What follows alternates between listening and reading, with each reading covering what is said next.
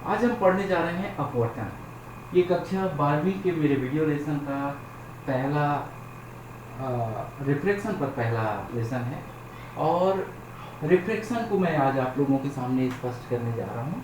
तो रिफ्लेक्शन क्या होता है कि जब प्रकाश की किरण एक माध्यम से दूसरे माध्यम में जाती है तब वह अपने मार्ग से विचलित हो जाती है। इसको हम एक ग्राफिक के तौर पे इस प्रकार से देखते हैं कि जैसे ये प्रकाश की किरण है और ये दोनों माध्यमों को, इधर का माध्यम और इधर का माध्यम, इन दोनों माध्यमों को अलग करने वाला एक पृष्ठ है जिसको हम इंटरफेस कह सकते हैं। इसको कहेंगे इंटरफेस। इसको कभी कभी रिफ्रैक्टिंग सरफेस भी बोलते हैं, यानी कि अपवर्तक पृष्ठ। तो जो भी बोलिए, इंटरफेस थोड़ा सा अच्छा नाम लग रहा है, इंटरफेस बोलते हैं। और यहाँ का कोई एक माध्यम है, सपोज ये कि एयर है और हम दूसरे माध्यम के रूप में हम ग्लास की कल्पना कर रहे हैं। तो जब प्रकाश की किरण एयर टू ग्लास जाती है तो वह अपने रास्ते से मुड़ जाएगी। आप इसको ऐसे कल्पना करिए कि अगर ये दोनों माध्यम अलग अलग ना होते, यानी कि एयर और ग्लास का डिफरेंस नहीं होता और सिमिलर माध्यम होता, तो प्रकाश की किरण को इस रास्ते से चले जाना था। लेकिन हम देखते हैं कि यहाँ तक, इस इंटरफेस तक प्रकाश का जो माध्यम है वो एयर है और यहाँ के तुरंत बाद ये माध्यम ग्लास हो जाता है। तो जैसे ही प्रकाश की किरण उस इंटरफेस पर पहुंचेगा तो अपने रास्ते को बदल देगा और इस प्रकार से एक नए रास्ते पर चला जाता है। तो इस बिंदु पर प्रकाश ने अपना रास्ता बदला और यही जो घटना है ये अपवर्तन कहला रही है।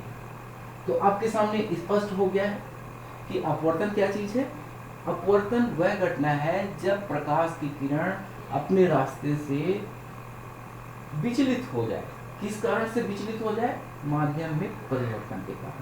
तो आप बहुत आसानी से डिफाइन कर सकते हैं कि जब प्रकाश की किरण एक समान माध्यम से किसी दूसरे माध्यम में प्रवेश करती है और अपने मार्ग से विचलित हो जाती है, तब हम उस घटना को अपवर्तन कहते हैं। तो अपवर्तन के हम रूल के तौर पे देखें, ये छोटी कक्षा में आपने देखा भी होगा।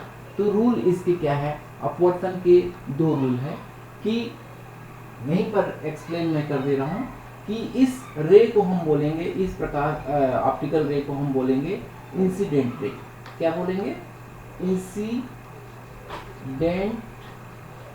रे। हिंदी में कहेंगे आपतित किरण। आपतित किरण, इसको कहेंगे अपवर्तित किरण।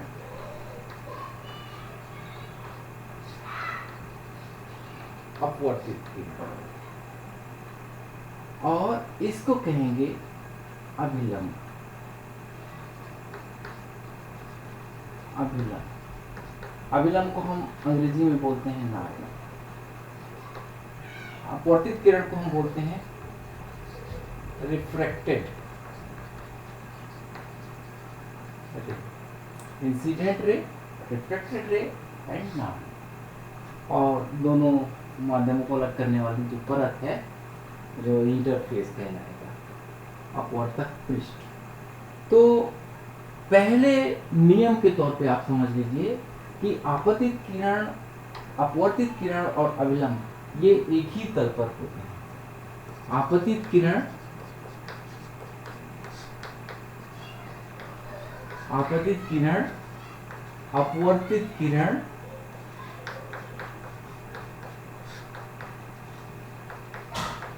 और अभिलंब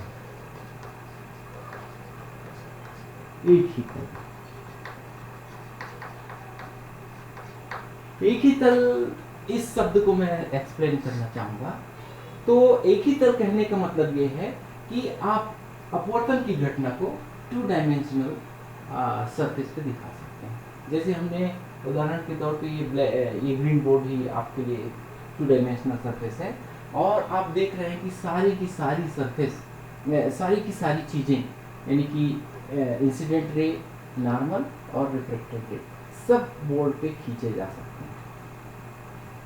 मतलब इसको सरल शब्दों में और थोड़ा सा साइंटिफिक शब्दों में आप ये समझिए, गणित के अगर विद्यार्थी होंगे तो एक ऐसे तल का अस्तित्व हमेशा पॉसिबल है जो कि इन तीनों चीजों को, आपतित किरण को और अभिलंब को और अपवर्तित किरण को अपनी सरफेस पे समाहित कर सकता है। तो इन तीनों के एक ही तल पर स्थित होने की बात, ये एक फंडामेंटल रूल है अपवर्तन का और इसका पालन हमेशा होता है।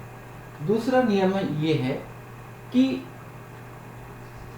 साइन आई बटे sine R equal to constant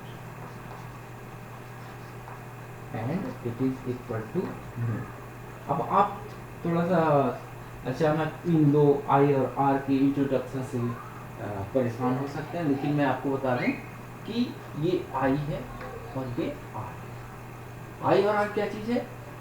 angle of incident, आपतन का कोण। आर क्या है? Angle of refraction. तो आपतन कोण का मतलब ये है कि इंसिडेंट रे जो अभिलंब के साथ जो कोण बनाती है वो आपतन कोण आई कहलाती है, और जो रिफ्रैक्टेड रे अभिलंब के साथ जो कोण बनाती है वो कहलाती है आर।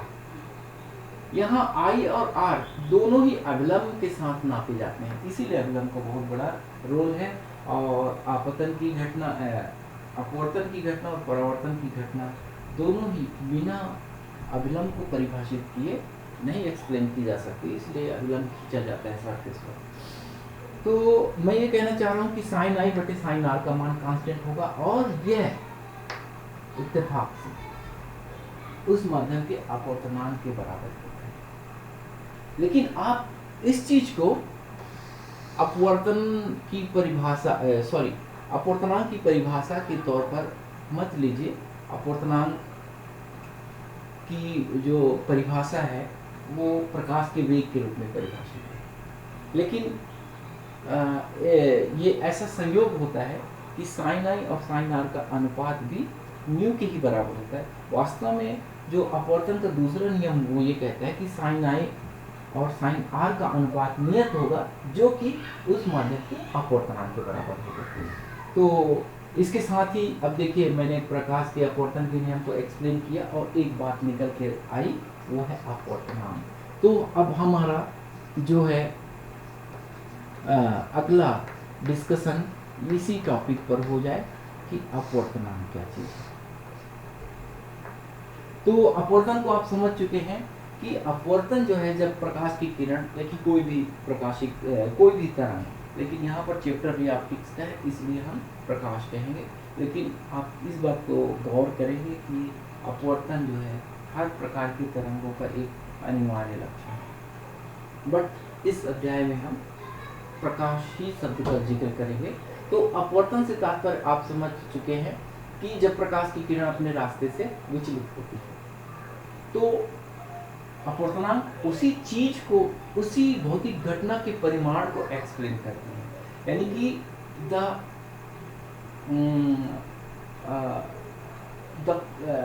अब इसको क्या कहा जाए कि कैटेगरी किस लेवल की, द लेवल या कि intensity, the intensity of refraction is defined by अपवर्तनांक, रिफ्रैक्टिव इंडेक्स। तो अपवर्तनांक क्या चीज है? अपवर्तनांक ये बताता है कि अपवर्तन की घटना किस पैमाने पर हुई है, उसका क्या कॉन्टेक्स्ट रहा है और उसका रेशियो क्या रहा है। अगर प्रकाश की किरण अपने मुख्य मार्ग से, जो प्रारंभिक रास्ता है उसका, उससे कितना अधिक वो घूमी है, उसके परिमाण को हम रिफ्रैक्टिव इंडेक्स कहते हैं। तो रिफ्रैक्टिव इंडेक्स ये एक माप होती है प्रकाश की किरणों के अपने मार्ग से विचलित होने की। तो अपवर्तनांक को हम इस प्रकार से कह सकते हैं कि अपवर्तनांक जो है वो बताता है कि प्रकाश की किरण दो माध्यमों के बीच में कितना ज़्यादा घूमेगी, और इसको परिभाषित किया जाता है C/V के रूप में। इस सिंपल तौर पे आप समझ लीजिए कि μ=C/V। यहाँ C क्या चीज़ है? C है प्रकाश का वेग वायुमय निर्वात में, V है प्रकाश का वेग अन्य माध्यम में जिसको हमने अपवर्तन के प्रयोग के लिए चुना हुआ है। जैसे यहाँ पर हमने अपवर्तन की घटना ग्लास के संदर्भ में ली है, तो अगर अभी हम म्यू को परिभाषित करना चाहेंगे तो c तो है प्रकाश का वायु या निर्वात में वेग और v है प्रकाश का ग्लास में वेग। तो अपवर्तनांक जो है दो माध्यमों में प्रकाश के वेगों के अनुपात के बराबर होता है, और इसलिए हम इसको इस प्रकार से लिख दें कि प्रकाश की किरण कहाँ से चली थी, एयर मीडियम से चली थी, और कहाँ जाके निकली है, वो ग्लास मीडियम में निकली है, इसलिए हम इसको इस प्रकार से व्यक्त कर दें। तो ये हो गया अपवर्तनांक। अब आप जानते हैं कि यहाँ पर मैं एक और चीज को इसके साथ जोड़ना चाह रहा हूँ कि ए म्यू जी, सी बराबर हम जानते हैं, छोटी कक्षा में 11वीं कक्षा में हमने देखा था कि C equal to N lambda और V इजिकल टू यहाँ एन लेमडा 1 कर देते हैं और इसको कर देते हैं एन लेमडा 2। एन क्या चीज है? एन है आवृत्ति, जो तरंग है जो संचरित हो रही है एक माध्यम से दूसरे माध्यम में जा रही है, उसकी आवृत्ति है, और लेमडा जो है उस माध्यम का तरंग दैर्ध्य है। तो यहाँ पर आप देख सकते हैं दोनों n है कैंसिल हो जाएगा, तो ए म्यू जी बराबर कितना आएगा, लेमडा 1 अपॉन लेमडा 2। कक्षा 11वीं में आपने देखा होगा कि तरंगों को परिभाषित करने के लिए उसकी जो दो चीजें परिभाषित की जाती हैं, उसकी आवृत्ति और उसका तरंग दैर्ध्य। तो हम यहाँ पर एक चीज देखें कि जब प्रकाश की किरण एक माध्यम से दूसरे माध्यम में जाती है तो उसकी आवृत्ति तो वही है, आवृत्ति में कोई परिवर्तन नहीं हुआ, लेकिन उसका तरंग दैर्ध्य जो है परिवर्तित हो जाता है। ये बहुत महत्वपूर्ण चीज है, आप इसको हमेशा अपने दिमाग में रखें कि जब प्रकाश की किरण एक माध्यम से दूसरे माध्यम में जाती है तो आवृत्ति वो भौतिक राशि है जो चेंज नहीं होती, तरंग दैर्ध्य चेंज हो सकता है। तो इस प्रकार से हम देख सकते हैं कि जो माध्यम का अपवर्तनांक है वो उन माध्यमों में प्रकाश के वेग या कि उन माध्यमों में उसके तरंग दैर्ध्य के अनुपात के बराबर होता है। अब मैं ये मेरा बोर्ड भर गया, इसको मैं मिटाता हूँ, आप बहुत अच्छे से चाहे तो इसका स्क्रीनशॉट लेकर रखें।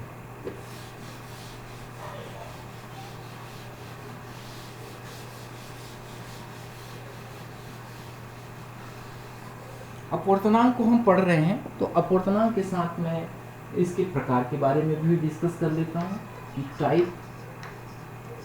तो अपवर्तनांक दो प्रकार से परिभाषित होता है, और पहला है सापेक्ष और दूसरा है निरपेक्ष।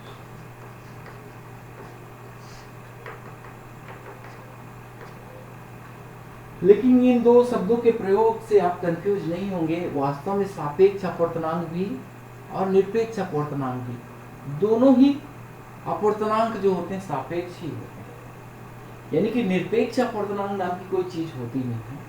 निरपेक्ष अपवर्तनांक जस्ट कह दिया जाता है।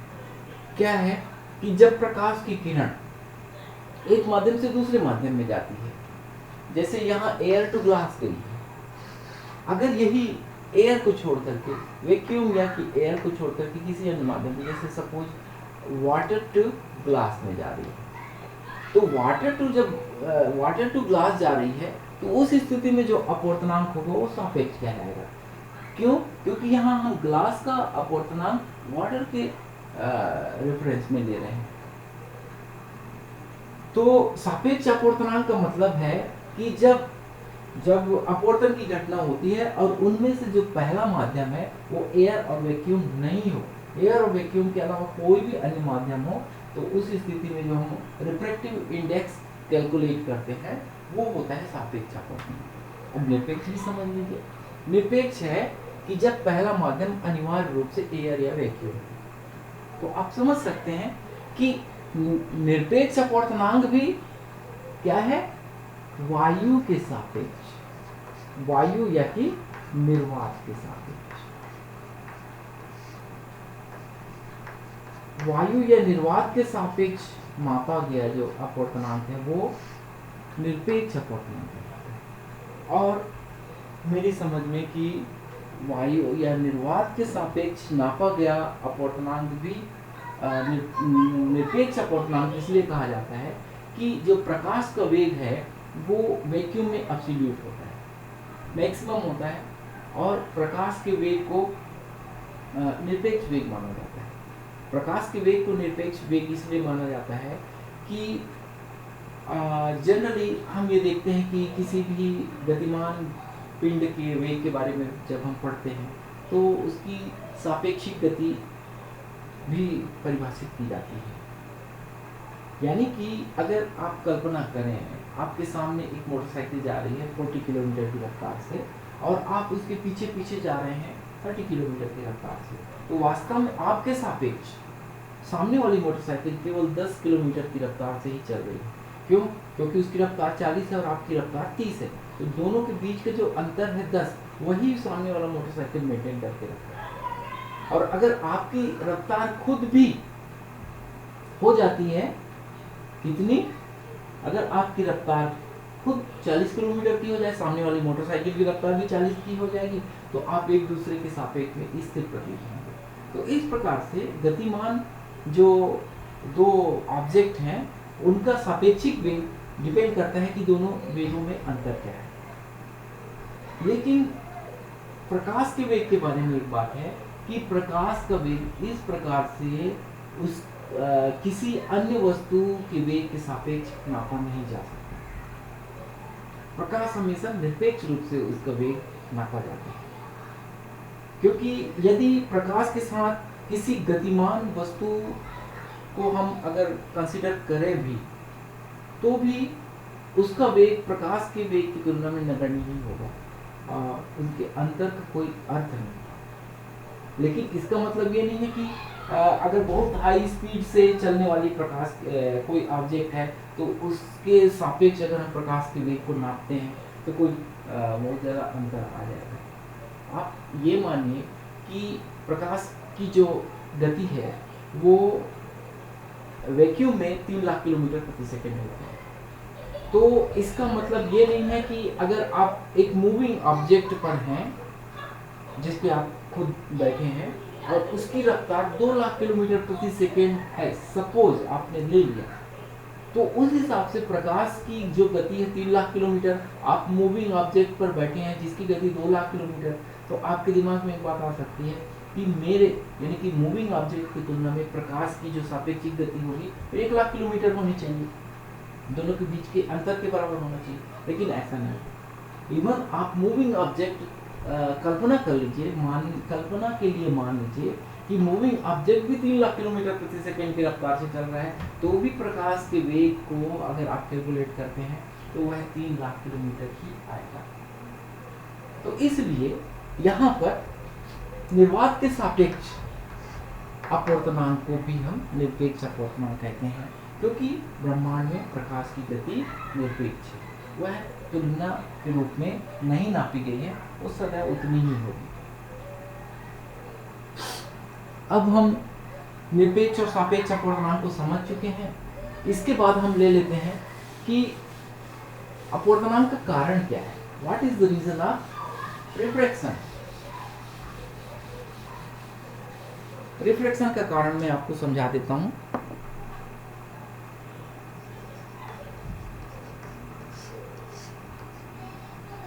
रिफ्रैक्शन का कारण है दो अलग अलग माध्यमों में प्रकाश की गति का अलग होना। जैसे यहाँ एयर मीडियम है और यहाँ ग्लास मीडियम है। एयर और ग्लास मीडियम में प्रकाश की किरण जब उन दोनों के बीच में गति करती है तो वह अपने रास्ते से इस प्रकार से विचलित हो जाती है। अगर ये मीडियम नहीं होता तो इस रास्ते से जाती है।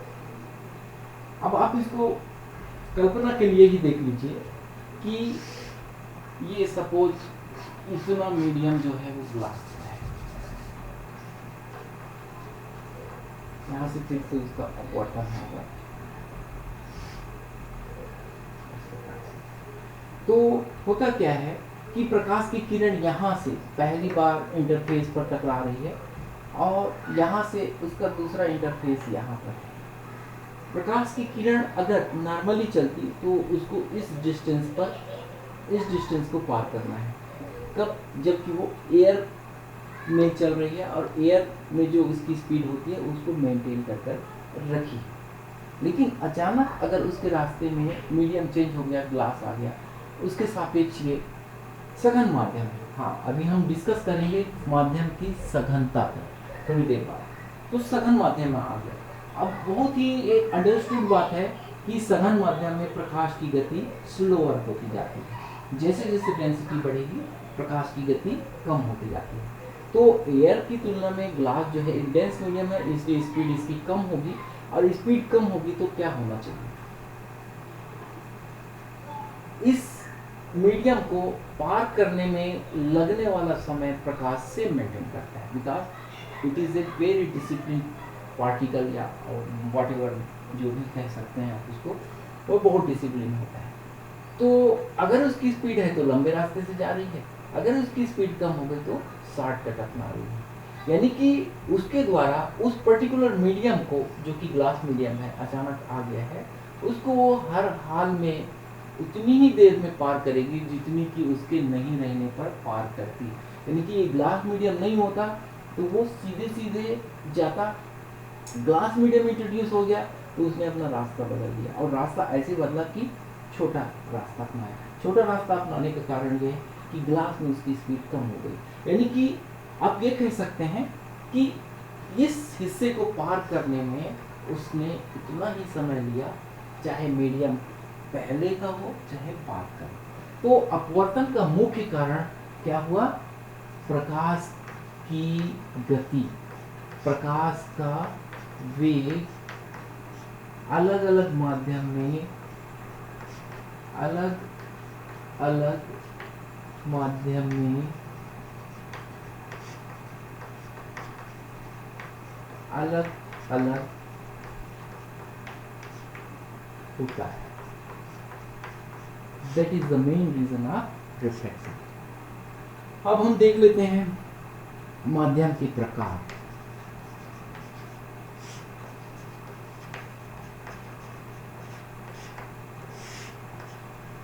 तो यहाँ जो हम वर्ड यूज करते हैं बहुत ही सिलेक्टिव ढंग से यूज करते हैं, और उसको बहुत ज़्यादा व्यापक अर्थों में लेना नहीं चाहिए। हम जिस बारे में बात कर रहे हैं उसका रेफरेंस बहुत महत्वपूर्ण होता है। यहाँ पर हम अपवर्तन की बात कर रहे हैं, इसलिए माध्यम का तात्पर्य है अपवर्तक माध्यम का। तो अपवर्तन की घटना विचारणीय है इसलिए, अन्यथा हम अगर परावर्तन की बात करें तो माध्यम उस संदर्भ में अगर लेंगे तो हम दो प्रकार के माध्यम कह सकते हैं। एक तो पारदर्शी माध्यम और दूसरा अपारदर्शी माध्यम। परावर्तन की घटना के लिए अपारदर्शी माध्यम होना आवश्यक है, परावर्तन की घटना के लिए अपारदर्शी, और अपवर्तन की घटना के लिए पारदर्शी माध्यम। तो चूंकि यहाँ पर हम अपवर्तन की बात कर रहे हैं इसलिए माध्यम भी हमारा कैसा होगा? पारदर्शी माध्यम। अब माध्यम दो प्रकार के हो गए, सघन और विरल। ये केवल किन माध्यम की बात हो रही है? पारदर्शी माध्यम, और किसी की नहीं। तो पारदर्शी माध्यम जो कि अपवर्तक माध्यम है वो सघन और विरल हो सकते हैं, और ये भी कोई एब्सोल्यूट नहीं होते। सघन और विरल एक तुलनात्मक शब्द है। दो माध्यम हम जब लेते हैं तो वो दोनों एक दूसरे की तुलना में उनकी डेंसिटी क्या है उसके हिसाब से हम उनको रेयर और डेंस मीडियम कहते हैं। जैसे मैं एक सीक्वेंस लिखता हूँ, एयर, वाटर, ग्लास, डायमंड। तो मैंने चार चीजें लिख दी। Air, it is very rare medium. Water is some dense than air, and glass is much denser than water, and diamond ये सबसे एक्सट्रीम में है, इसकी डेंसिटी सबसे ज़्यादा है। तो इस प्रकार से यहाँ पर आप किसी माध्यम को, ये चार माध्यम मैंने लिख दिए, किसी को पर्टिकुलर आप रेयर या कि पर्टिकुलर डेंस नहीं कह सकते। तभी कहेंगे आप जब माध्यमों की तुलना, जैसे एयर और वाटर की तुलना होगी तो एयर रेयर मीडियम कहलाएगा, वाटर डेंस मीडियम कहलाएगा। लेकिन अगर वाटर और ग्लास की तुलना होगी तो वाटर रेयर मीडियम हो जाएगा और ग्लास डेंस मीडियम हो जाएगा। तो बात होती है कि तुलनात्मक रूप से जो अपवर्तन की घटना होती है इन दो माध्यमों के बीच में हो रही है। अब इसके बाद हम आगे देखते हैं।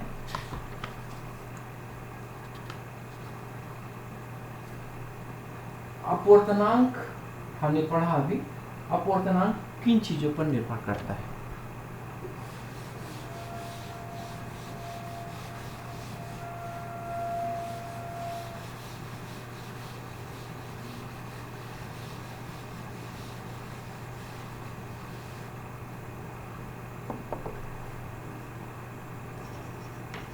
अपवर्तनांक, ये कि अपवर्तन भी कह रहे हैं, जिन चीजों पर अपवर्तन निर्भर करता है उन्हीं चीजों पर अपवर्तनांक निर्भर करता है। तो सबसे पहला पॉइंट है माध्यम के जोड़ों पर, माध्यम के जोड़ों पर। अभी हमने उदाहरण लिया था कि एयर टू ग्लास मीडियम में रिफ्रैक्शन होगा, इस प्रकार से प्रकाश की किरण अपना मार्ग बदलती है, ये आई और ये आर। तो अगर यहीं पर ये एयर मीडियम के सापेक्ष ये ग्लास ना होकर के वाटर होता तो प्रकाश की किरण इतना ज्यादा नहीं घूमती, और अगर यही ग्लास के स्थान पर उससे भी ज्यादा कोई डेंस मीडियम सपोज डायमंड होता तो प्रकाश की किरण उससे भी ज्यादा घूमती। तो कहने का मतलब कि अपवर्तनांक का कम या ज्यादा होना डिपेंड करता है कि प्रकाश की किरण इन दो माध्यमों के बीच में गति करते हैं, air to water, air to glass, air to diamond, whatever, तो माध्यम के जोड़ों पर। दूसरा डिपेंड करता है तापमान पर। तापमान पर इसलिए क्योंकि तापमान पर खुद किसी भी माध्यम की डेंसिटी डिपेंड करती है। जैसे एयर को हम हॉट एयर और कोल्ड एयर के रूप में ले सकते हैं।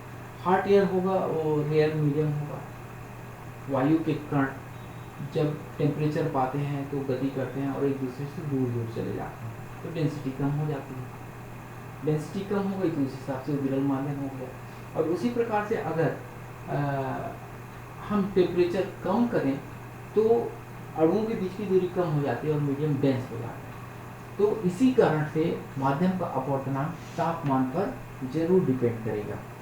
तीसरा है तरंगदैर्घ्य पर, लैम्डा। प्रकाश की किरण 7 रंगों से मिलकर बनी है, आप जानते हैं।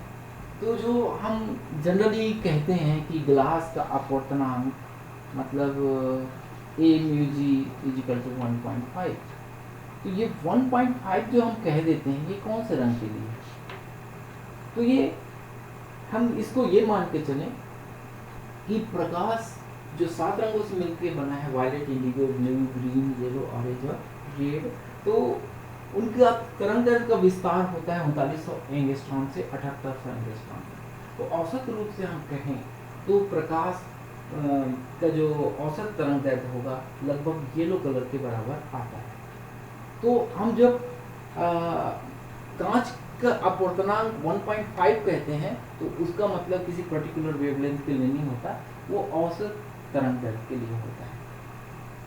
लेकिन अगर हम मोनोक्रोमेटिक लाइट में अगर रिफ्लेक्शन का एक्सपेरिमेंट करेंगे तो होगा ये कि अगर हमने वॉयलेट कलर के लिए एक्सपेरिमेंट किया और रेड कलर के लिए एक्सपेरिमेंट किया तो हमारी जो रिफ्लेक्टिव इंडेक्स की वैल्यू में अंतर आएगा।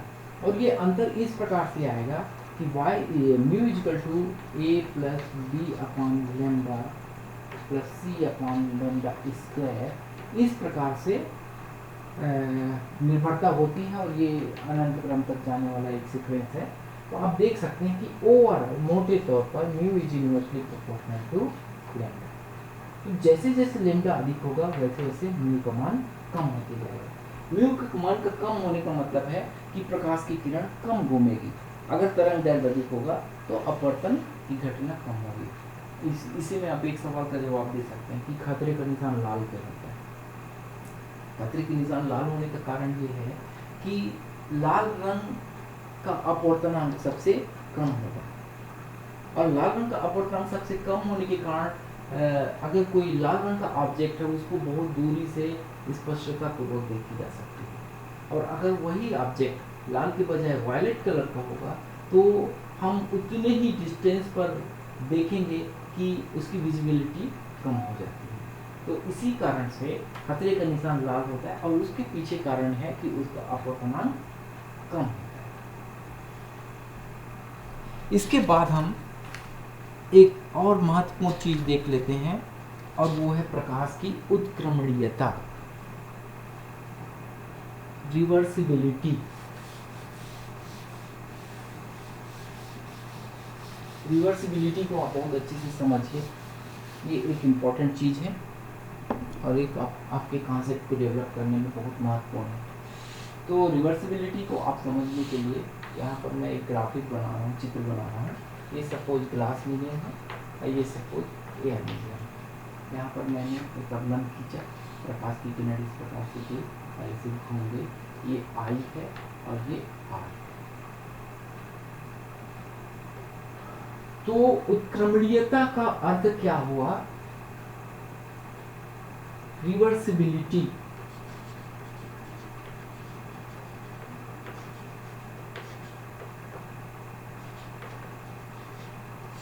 रिवर्सिबिलिटी हमको ये चीज एज्यूम करने के लिए बोलती है कि यदि हम प्रकाश के मार्ग को उलट दें, यानी कि वो जिस मार्ग से आ रही है ठीक उससे विपरीत दिशा में अगर वो चलना शुरू कर देती है, तब भी उसका मार्ग अविचलित रहेगा। यानी कि प्रकाश की किरण जिस मार्ग से आती है उसी मार्ग से वापस लौटेगी, अगर प्रकाश के संचरण की दिशा हम बदल दें तो। यानी कि यहाँ पर अगर एक लेजर लाइट या कि टार्च का प्रकाश इस एंगल से आ रहा है और यहाँ पर उसको इंटरफेस मिला एयर और ग्लास के बीच का, तो प्रकाश की किरण यहाँ से ऐसे घूमी, और सपोज अगर आप एक्सपेरिमेंट के तौर पे प्रकाश की किरण को यहाँ से रवाना करते हैं तो प्रकाश की किरण इसी रास्ते से जाएगी और यहाँ पर उसका अपवर्तन वैसे ही होगा। तो ये कहलाती है प्रकाश की उत्क्रमणीयता। यहाँ आर है, ये भी आर ही होगा, और यहाँ पर E angle of exit, angle of incident, angle of exit. तो उत्क्रमणीयता को समझने के लिए आप दो चीज़ों को समझ सकते हैं, दो चीज़ें उसको हम रिप्रेजेंटेशन के तौर पे दो तरीके से कह सकते हैं। एक तो होता है कि a mu g is equal to 1/g mu a. ये रिलेशन प्रूफ करना, इसका मतलब हुआ कि प्रकाश उत्क्रमणीय है। प्रकाश की उत्क्रमणीयता इसके आधार पर सिद्ध की जा सकती है। यदि हम ये सिद्ध कर सकें कि ए म्यू जी उतना ही है जितना कि जी म्यू ए, यानी कि जब प्रकाश की किरण एयर टू ग्लास जाती है तो जो अपवर्तनांक होता है, अगर प्रकाश की किरण ग्लास टू एयर जाएगी उसके जस्ट व्युत्क्रम के बराबर होता है। तो ये सिद्ध हो जाएगा कि प्रकाश उत्क्रमणीय होता है। तो यहाँ पर हम चित्र में देख लें कि ये एयर मीडियम है, ये ग्लास मीडियम है। तो हम जानते हैं, वी नो, हम जानते हैं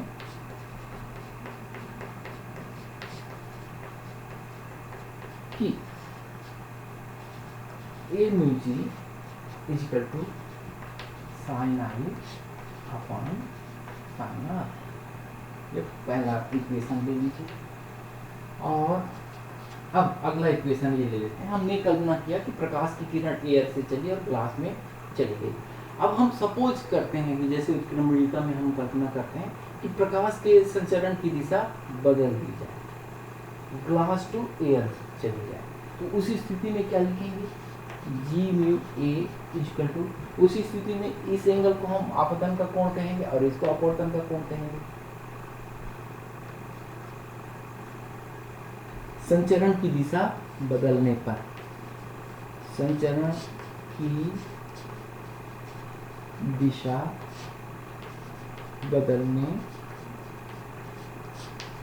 पर क्या होगा, ये हो जाएगा साइन आर बटे साइन आई, ये दूसरा इक्वेशन ले लीजिए। अब पहला और दूसरे इक्वेशन का मल्टीप्लिकेशन करके देख लीजिए, तो A mu G into G mu A बराबर हो जाएगा साइन आई बटे sine R into sine R बटे साइन आई, ये कैंसिल हो गया, इक्वल टू 1 है। तो इससे आप कह सकते हैं कि a mu g equal to 1 g mu a. तो यही उत्क्रमणीयता का सिद्धांत है। क्वेश्चन एक पूछा जा सकता है कि what is the theory of reversibility.